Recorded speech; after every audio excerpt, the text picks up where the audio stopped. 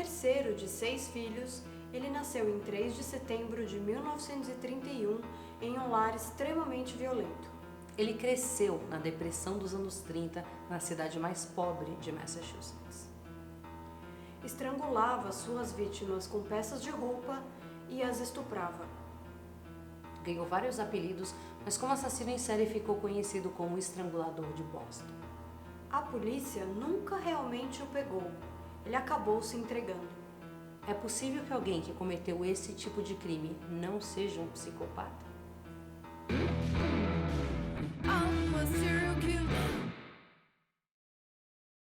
Eu sou a Cláudia Lemes. Eu sou a Paula Feb. E nós somos a Serial Chicks. O nosso assassino em série de hoje é o Albert DeSalvo, o Estrangulador de Boston. O Albert DeSalvo é um caso interessante, porque primeiro que ele tem 3 apelidos, era The Measuring Man, The Green Man e The Boston Strangler, e cada apelido por uma série de crimes diferentes que ele cometeu. Uma coisa interessante sobre o Albert DeSalvo é que, na minha opinião, ele não era um psicopata. Ele era um assassino em série, mas como já foi dito aqui no Serial Chicks, nem todos são psicopatas. Na minha opinião, o Dahmer não era um psicopata, na opinião de muitos outros psiquiatras forenses, ele não era um psicopata, ele era borderliner, com alguns outros distúrbios. E eu acho que o Albert DeSalvo também, por muitos fatores que a gente vai falar no episódio de hoje, não era um psicopata. Eu já acho que o Albert DeSalvo não era nem um serial killer, a gente vai entrar em conflito. Essa é uma grande questão. Albert DeSalvo foi ou não foi o Estrangulador de Boston? Como a grande maioria dos serial killers, o Albert DeSalvo teve uma infância muito violenta.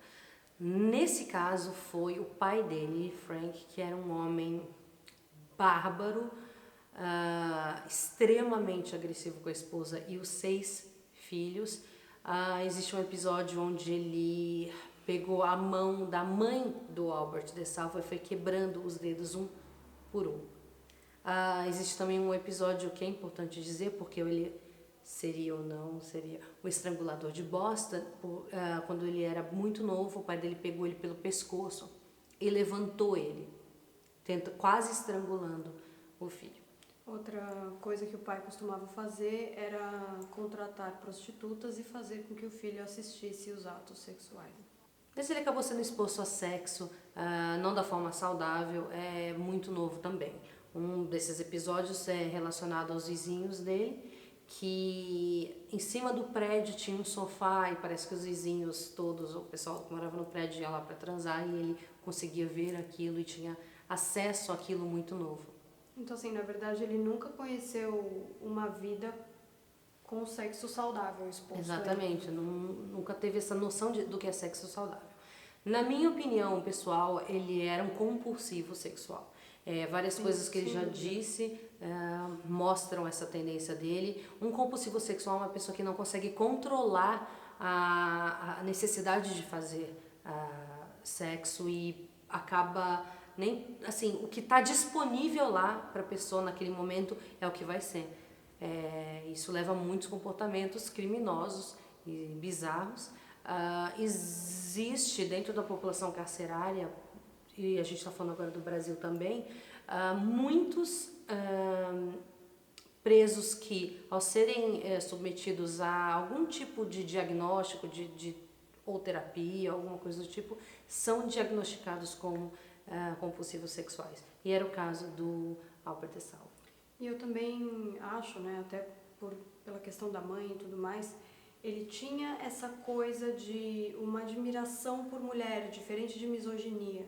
A grande maioria dos estupradores são misóginos. Em qual sentido? Eles têm ódio da mulher, né? E a agressão sexual, ela parte como principal motivadora a raiva, a vontade de machucar, de humilhar, de mostrar que é superior àquela mulher. É como se o sexo, na verdade, fosse vingança, né?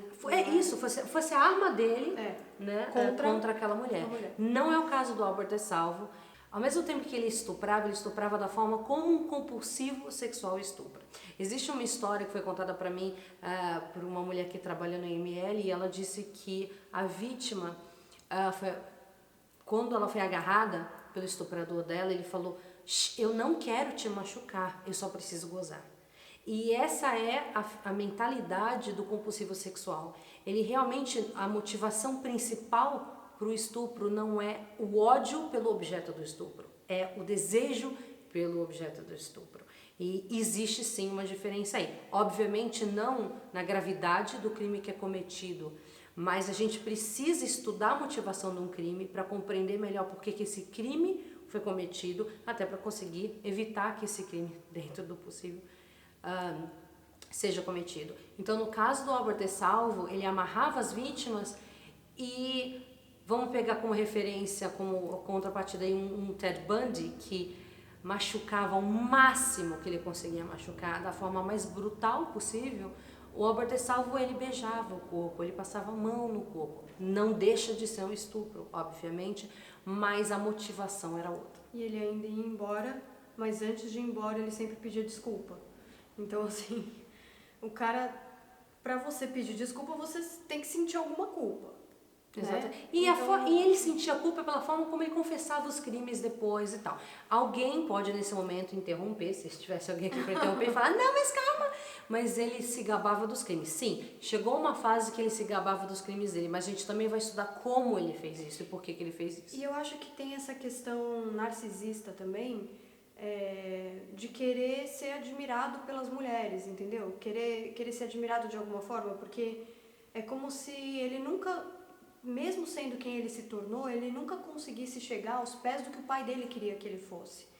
Então, é sempre essa frustração e ele tentando se mostrar como alguém incrível e bom e tentando convencer as pessoas de que ele era um cara maravilhoso. E entendeu? vamos também, a gente não pode esquecer que ele foi um excelente irmão. Ele sempre protegeu os irmãos dele. Por mais, a gente está falando de um cara que tinha traços de sadismo, obviamente, Sim. porque ele colocava cães e gatos dentro de caixas para se matarem. Ok, sadismo. Mas existem ocasiões, todos os irmãos falam dele como uma pessoa que trabalhava para ajudar, para dar, assim, ele pegava um salário que era quase nada e falava pro irmão dele, você quer o quê? Uma coca? Eu vou comprar uma para você. Ele tratava a família com muito amor. Isso é curioso também. Tem um episódio que o irmão dele, Richard, fala que bateu nele, ficou com raiva dele e começou a bater o Albert DeSalvo, e o Albert DeSalvo, que podia ter revidado, não, segurou a raiva e não atacou o irmão dele. Isso é uma coisa que pode parecer, pô, ele não faz mais do que obrigação, obviamente, mas uma pessoa que cresce num lar extremamente violento, ela não controla a agressividade dela. Uma coisa interessante de falar sobre uma pessoa que tem compulsão sexual também é que ela pode até se colocar em risco por conta dessa compulsão sexual. Então, não são só as pessoas estupradas ou que fazem sexo com essas pessoas que estão em risco, né? Mas a própria pessoa, porque ela não vê mais nada. Ela só vê o sexo e o que ela precisa fazer para chegar ao sexo. Bom, apesar do Albert ser considerado uma criança problema, as professoras e os professores dele gostavam muito dele porque sempre diziam que ele estava o tempo inteiro disposto a ajudar. O método de matar do estrangulador de Boston era estuprar e enforcar as vítimas com meia calça, muitas vezes duas meias calças. Meia calça até chegou a usar um sutiã em uma das vítimas. Esses crimes aterrorizaram a cidade de Boston. Né? Na época você não tinha tantas pessoas na cidade de Boston quanto você tem hoje, e metade eram mulheres e elas estavam em pânico. Bom, obviamente uma hora a polícia acabou se ligando de que o Albert DeSalvo era o The Measuring Man. O que aconteceu? Muitas mulheres tinham reclamado do que ele tinha feito e ele tinha chegado a se gabar desses crimes não como estupro, falando assim que ele tinha seduzido muitas mulheres sendo esperto dessa maneira. Um policial se ligou, falou, putz, eu acho que esse cara, não sei o que, tem a descrição dele, e aí eles criaram um caso contra o Albert DeSalvo. O que aconteceu? E isso é uma coisa que a gente vê repetida em muitos casos de assassinos em série. Você tem um juiz que tem aí a oportunidade de prender a pessoa e pega leve, né? E no caso desses, né? O cara, ele entrou, mas olha, elas deixaram, não sei o que. Obviamente. Culpando as vítimas de novo. De novo. Eles pegam leve com o cara. Só que esse pegar leve, você é praticamente um cúmplice. dos crimes. Você tem um cara com distúrbios que você deixa passar. Então o que aconteceu? Ele foi sentenciado por ter entrado em algumas casas à força, por crimes periféricos àquele crime, mas não pelos crimes da Measuring Man. E aí o que você tem aí? Uma sentença muito reduzida de só 11 meses. E por consequência, assim que ele saiu da prisão, ele começou a matar como o Boston Strangler. Detalhe, ele estuprou mais de 300 mulheres.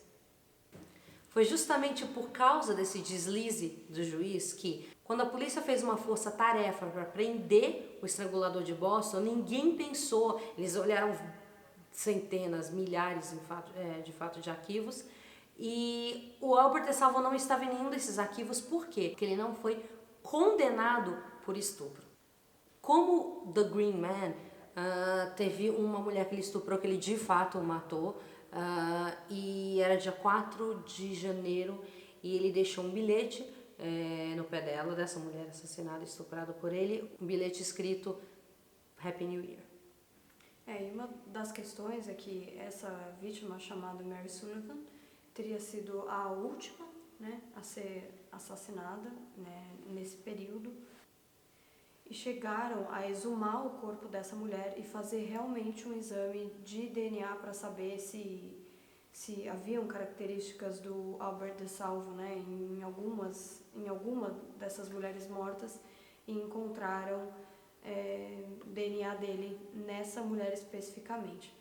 O que eu acho interessante aí, como ele era conhecido, né, como The Green Man, que saía e pedia desculpas, ele deixar um cartão de Feliz Ano Novo no pé de alguém que ele matou é muito característico dele. Seria basicamente uma assinatura de também, comprovadamente, ter alguma espécie de cuidado esquisito e estranho dentro daquela situação. Bom, chegou uma hora que a polícia fez uma força-tarefa. Eles investigaram 5.000 casos. Eles realmente estavam muito empenhados em encontrar o estrangulador de Boston.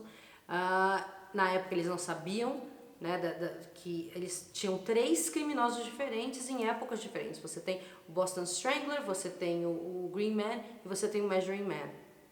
Então, só depois que alinharam todas as pessoas. Mas, como eu já disse, ninguém estava pesquisando o DeSalvo por causa daquele deslize do juiz. Então, um policial se lembrou que na época tinha antes, lembra do Measuring Man, não sei o que, falou, vamos atrás do Albert DeSalvo. E eles foram atrás do Albert DeSalvo, e tem uma cena bem patética, mas que também é o que faz aquele meu alarme, esse cara não é um psicopata, soar assim.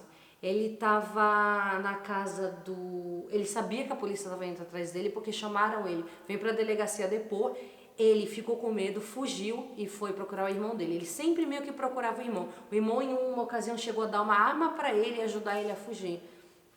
Então tinha aí esse relacionamento, como se fosse uma cortesia de um irmão que tinha sido muito bem tratado por ele antes, né?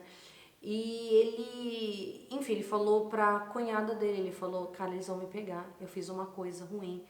E quando ela perguntava, mas o que você tá falando? O que você fez? E ele já sabia que ele tinha sido preso antes, ele já tinha batido num cara antes, ele era uma pessoa, né, agressiva e tal, mas ele não confessou o que ele tinha feito. Ele falava, eu entrei em umas casas, eu roubei algumas coisas. Ele parece que não queria confessar para a família que admirava ele, dentro do possível, que ele tinha feito o que ele tinha feito. E aí os policiais, ele falou, me leva para minha casa. Quando eles chegaram lá, os policiais já estavam lá. E aí ele pegou a direção do carro, começou a dirigir que nem um louco. E eles, meu Deus, o que você está fazendo? O que você está fazendo? Ele largou o carro uma hora e saiu correndo a pé, também para meio que poupar a família dele, né? Não colocar eles em risco. E aí o que aconteceu? Quando ele estava, a família, digo, o irmão e a cunhada, quando ele estava fugindo a pé, um dos policiais saiu correndo atrás dele. O policial deixou cair a arma no chão e o DeSalvo parou, num gesto muito natural, sem pensar. Ele parou, pegou a arma e devolveu pro cara.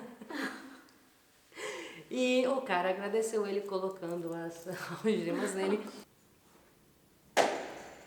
Tem algumas coisas que o De Salvo falou que reforçam essa nossa percepção dele como um cara que não odiava mulheres e que era um compulsivo sexual. Uma delas é que ele falou para uma das vítimas: eu não vou te machucar. Numa outra confissão que ele fez para um colega de cela, ele chegou a falar sobre as mulheres que ele tinha atacado. Ele falou: mas veja bem, ela me deixou entrar, ela permitiu aquilo, ela queria, ele falou: she let me do it, you see. Então na cabeça dele, tinha essa linha entre o consentimento, era uma coisa muito, lógico, conveniente, mas uma coisa muito deturpada, principalmente no caso do Measuring Man, né? Ele tinha realmente a percepção de que ele fez amor com aquelas mulheres e não estuprou aquelas mulheres. E aí a cabeça de psicanalista pira, porque she let me in, eu fico pensando, tipo, ela me deixou entrar. Me deixou entrar. Tem a questão, né, dela abrir a porta de casa, mas ele já entender aquilo como uma analogia pra ser permitido que ele fizesse sexo com ela. Sim. E aí você pode argumentar, mas numa das vítimas ele chegou a penetrar com um cabo de vassoura, que é uma característica misógina, sem dúvida. Mas depois, confessando aquilo, ele falou: eu sei que eu deixei uma vassoura dentro de uma delas, mas não foi para penetrar ela com aquilo, ele nem sabia por que ele tinha feito aquilo. O que me leva a entender é que essa compulsão, no momento em que ele estava executando os crimes dele, ele já estava numa espécie de frenesi, uma coisa que ele estava um pouco desconectado dele mesmo. E eu lembrei do Jeffrey Dahmer, você falando isso, porque o Dahmer tinha apagões dos momentos dos crimes, né? Que também era uma pessoa que não odiava o objeto do assassinato. Existe até hoje uma questão no ar. O Albert De Salvo foi ou não foi de fato o estrangulador de Boston? As pessoas são muito divididas. Eu totalmente acredito que sim e a Paula acredita que não. O Serial Chicks não vai propor dar uma resposta definitiva. Aliás, eu acho legal a gente aproveitar esse momento e falar que nenhuma análise psicológica de assassinos em série que oferece essa 100% de certeza, ela é uma análise muito confiável, tá? Nem as pessoas que inventaram esse tipo de investigação forense e psicológica dos assassinos em série falam com convicção e nunca falam 100%. Toda vez que você tem alguém que se propõe a falar que ela é expert em algum assunto e fala: é impossível um assassino em série, não sei o que, não sei o que, não sei o que, questiona aquilo.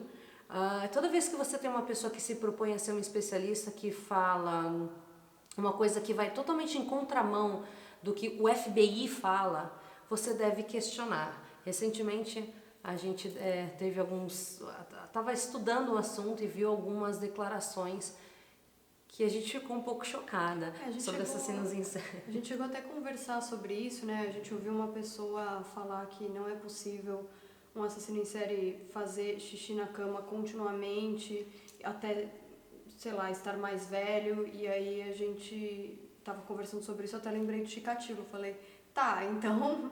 E não é só isso, né? É justamente o sinal vermelho do FBI para um serial killer. Faz parte da tríade, né? Inclusive, a Ilana fala muito isso nos livros dela também, dessa tríade, né?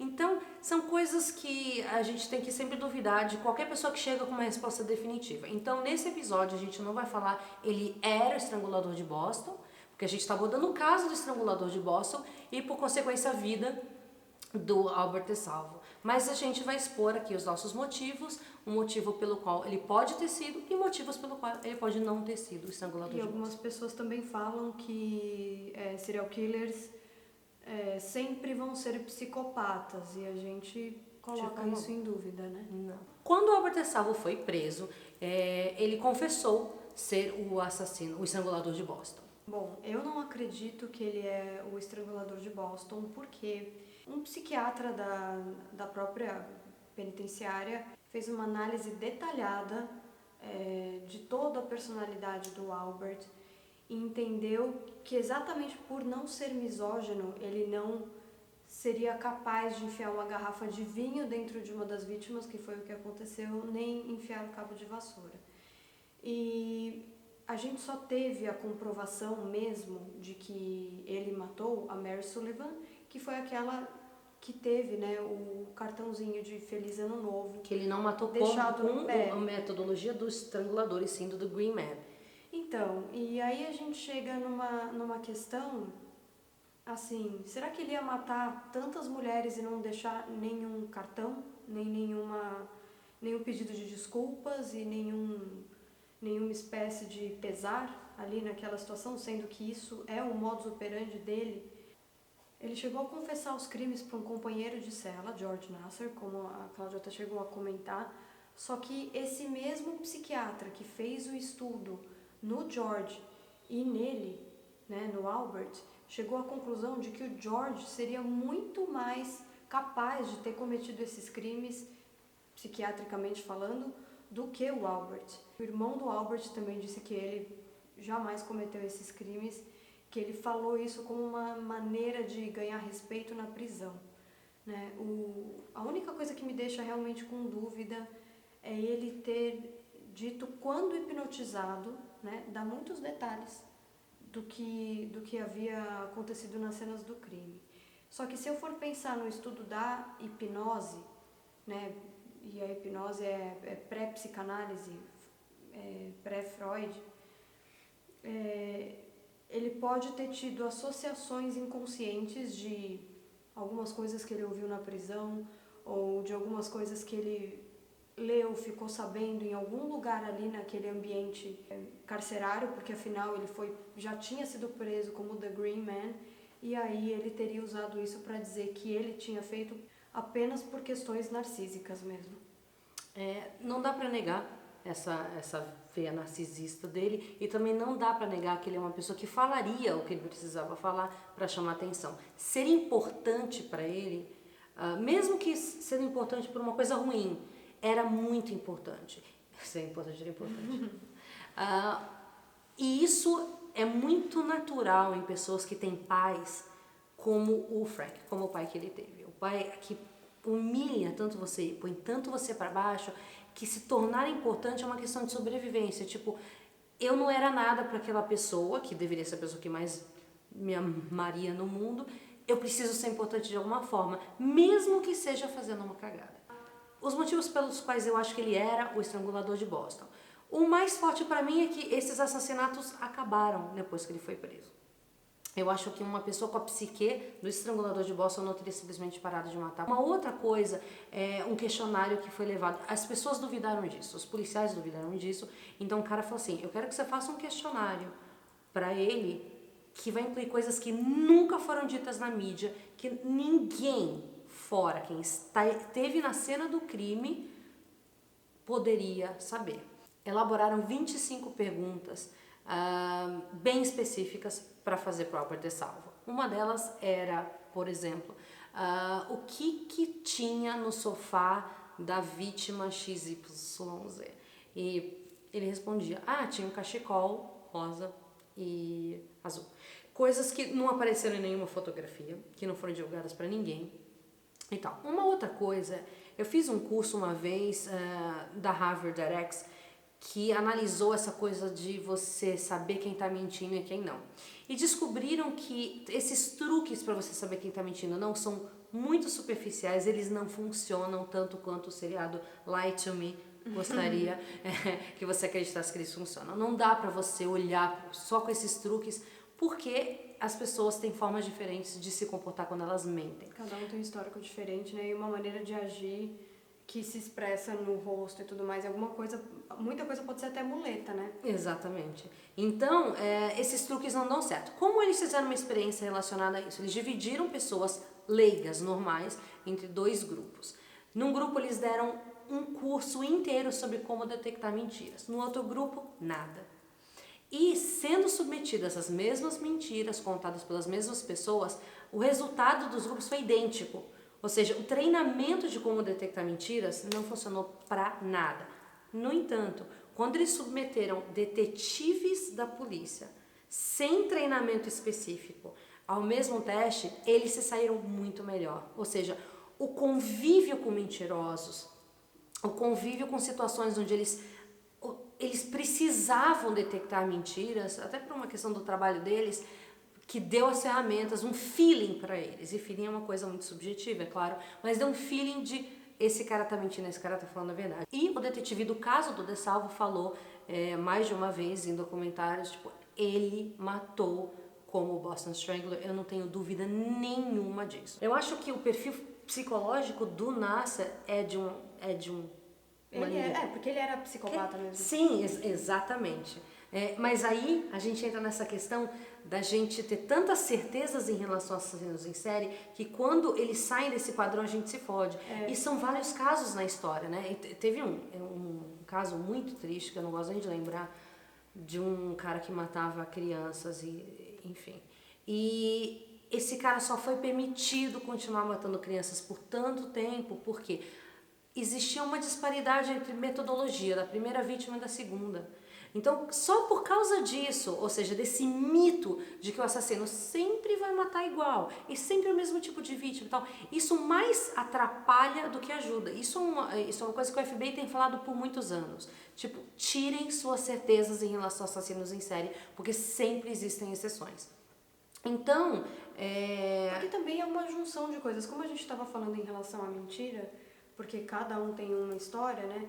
Se eu for pensar em psicanálise, a interpretação dos sonhos, por exemplo, para cada pessoa é diferente. Não dá para você ir na internet, ver uma interpretação... O que significa sonhar com cobra? Não, gente, não é isso. Cobra amarela é uma coisa, entendeu? cobra branca é outra. Não é isso que é a interpretação do sonho. É o que aquele signo significa para você. Então, uma cadeira... se eu sonhar com uma cadeira X, aquilo vai ter uma história pra mim que é muito diferente com a cadeira que a Cláudia sonhar. Porque eu não enxergo cadeiras da mesma forma que a Paula. Então, assim, cada um tem um histórico e eu acredito que a questão da mentira, né, que você falou, que acaba aparecendo na expressão do rosto, tem a ver com o inconsciente também. Sim. Se cada um tem um tipo de inconsciente, cada um tem um tipo de história, cada um tem um tipo de expressão e cada um tem um tipo de símbolo para poder matar o outro e se sentir de uma certa forma. Existe o que é intrínseco, né? O que é comum, que a gente sabe, mas a gente precisa considerar as variáveis. Por isso também nem dou certeza se... Ai, nossa, eu tenho certeza que não foi ele, quem sou eu? Não, a gente não tem certeza de nada. Depois que ele confessou e aí toda essa investigação rolou, na verdade eles realmente nunca tiveram nenhuma evidência física, eles não puderam julgá-lo pelos crimes do estrangulador de Boston e sim pelos outros. Como ele foi preso, ele ficou junto com o Nassar e tal, o Bailey, advogado do Nassar, falou, putz, eu vou representar ele, eu vou defendê-lo. O que é curioso ele querer defender o caso, mas também era um caso high profile, então era bom para ele, e ele decidiu ser o advogado do Albert DeSalvo. Albert DeSalvo fugiu da prisão com mais 5 caras e começou uma caçada atrás dele, obviamente, as pessoas ficaram apavoradas, tipo, putz, finalmente pega o estrangulador de Boston e agora o cara foge. A polícia ofereceu uma recompensa de $5.000 para quem desse informações que levassem à captura do Albert DeSalvo. O advogado Bailey, e eu achei muito curioso isso, falou para o público que ele dobraria esse valor se ele fosse pego unharmed, ou seja, se ninguém machucasse ele na hora de apreendê-lo. Você não faz isso por um psicopata. E é muito engraçado que o DeSalvo depois falou assim, que ele estava na prisão e ele sonhava que a esposa dele chegava para ele e brigava com ele por ter cometido esses crimes. Isso é a última coisa que um psicopata falaria. Lógico, e quando a esposa descobriu... De novo a culpa aparecendo, De novo né? a culpa aparecendo. E ela ela foi embora com as crianças. O Albert DeSalvo foi capturado e... Bom, aí ele foi encontrado morto na prisão, né? Algum tempo depois, esfaqueado. E até hoje não se sabe quem cometeu o crime, né? Mas o fato foi que ele nunca foi feito para prisão, né? Os caras dizem na época que ele... dias na prisão, ele envelheceu anos e as fotos comprovam isso. Ele não foi um cara que se adaptou à prisão. E um psicopata se adapta à prisão. Se adapta a qualquer lugar, né? Exatamente. Freud expliken! Albert DeSalvo teve 3 nomes como criminoso, o que demonstra muito claramente o quanto cada um desses tipos de crime podem esconder uma face diferente de sua personalidade. porém, todas voltadas para a questão sexual, já que seu pai o fazia xingar prostitutas quando novo.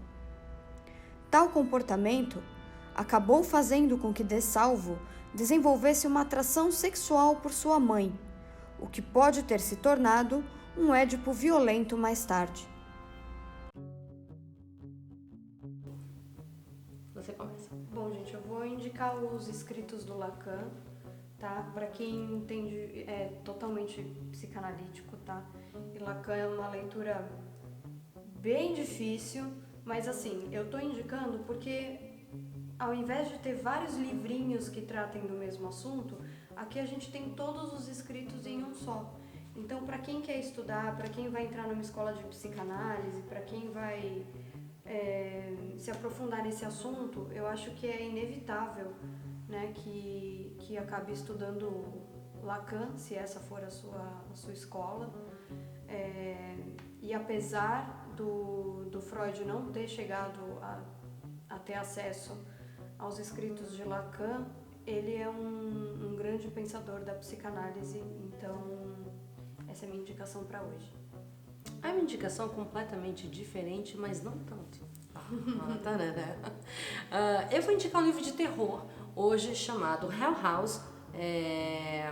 Eu acho que em português ficou Hell House, acho que ninguém traduziu para casa, não sei, do Richard Matheson. Esse é considerado um clássico do terror, mas ele é muito interessante porque ele também, lógico que de uma forma mais superficial e dentro de um contexto de ficção, mas ele aborda também um pouco de psicologia, de ciência e coisas interessantes. É basicamente aquela história clássica de pessoas que entram numa casa mal assombrada, e essa é o pai de todas elas, a Hell House, para documentar se ela realmente é de fato uma casa mal assombrada ou não, ou se isso é uma coisa de psicologia, ou se isso é uma coisa que as pessoas inventaram, um fenômeno psicológico esquisito ou não. Então, existe uma carga de ciência muito interessante por trás disso. Eles levam médiums e pessoas que conhecem sobre hipnose, coisas desse tipo e tal, e um cara que acredita que construiu uma máquina que vai conseguir medir e possivelmente anular a energia negativa da casa.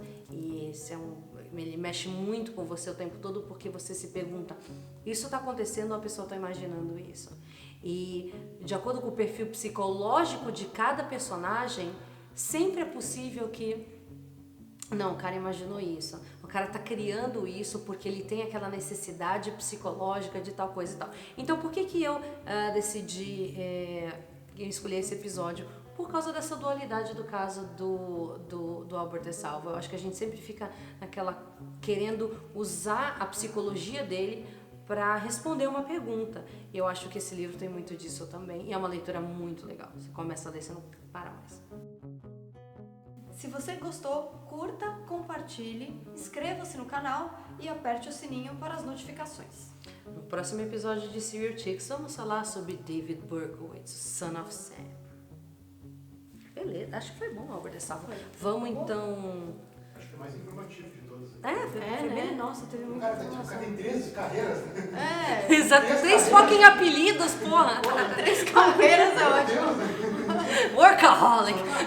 Parece que ele não era tão Boston assim, né? Meu Deus. Ai, meu Deus, isso é problema.